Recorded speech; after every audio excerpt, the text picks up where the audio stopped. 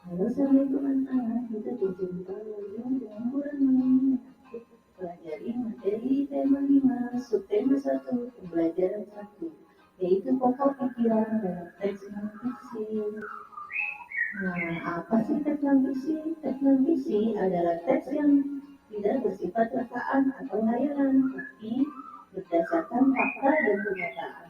Dalam teks non-fiksi terdapat alinea atau disebut juga dengan paragraf.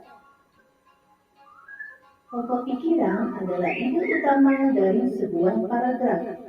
Pokok pikiran disebut juga pikiran utama.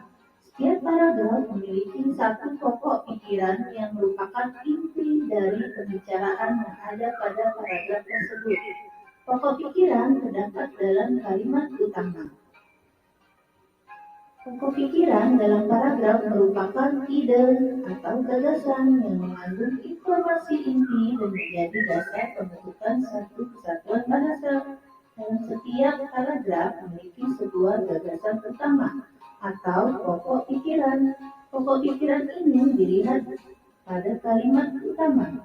Ya, jadi anak-anak menggunakan kalimat utama bisa di awal, di akhir, atau keduanya. Kalimat utama ya yang tadi Burani bilang ada di awal, di akhir, atau di awal dan akhir paragraf. Berdasarkan buku cermat bahasa Indonesia karangan Zainal Arifin dan kawan-kawan, cara menentukan pokok pikiran ada beberapa langkah. Yang pertama, baca dengan cermat. Kemudian baca kalimat demi kalimat pada paragraf tersebut. Kemudian pahami apa yang sedang dibahas atau dibicarakan dalam teks. Cara menentukan pokok pikiran, ya langkah-langkahnya. Yang tadi satu membaca seluruh kalimat dalam paragraf. Yang kedua menandai kalimat awal dan kalimat akhir paragraf. Yang ketiga menandai pokok pikiran yang terdapat di awal atau di akhir paragraf. Nah ini ada contoh ya paragraf. Ya, kita sama-sama cermati dulu kalimat utamanya ya. Ada di mana di awal, di akhir atau di awal dan akhir. Lalu kita tentukan pokok pikirannya. Di masa pandemi corona banyak daerah yang menerapkan pembatasan sosial berskala besar atau PSBB. Contohnya DKI Jakarta menjadi penyumbang pasien terbanyak dan jumlahnya masih terus meningkat setiap hari sejak Februari 2020. Kemudian Jawa Timur, ada juga Jawa Barat dan juga Sumatera Utara. Nah, dari mana kira-kira nih anak? Di awal kalimat atau di akhir atau keduanya, di awal dan di akhir kalimat utamanya.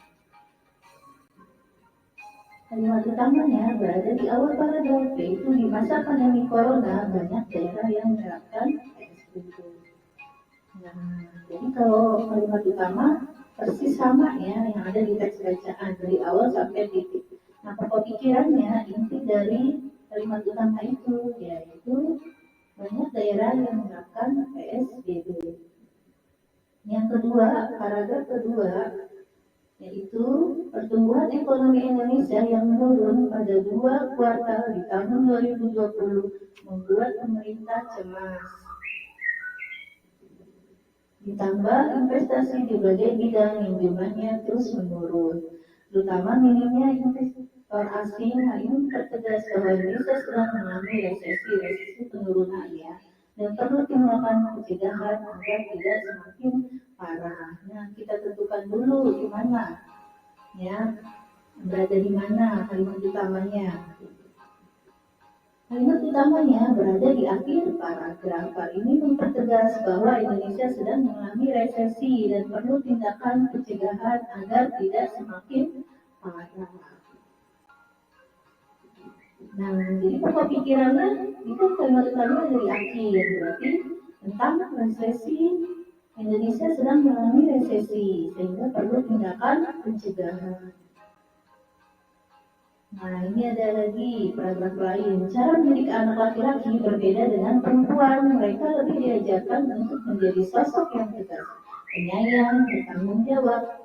Contoh menyuruhnya membereskan mainan. Itu adalah bentuk ajaran tanggung jawab sejak dini. Makanya perlu cara berbeda untuk membuat anak laki-laki punya karakter hebat.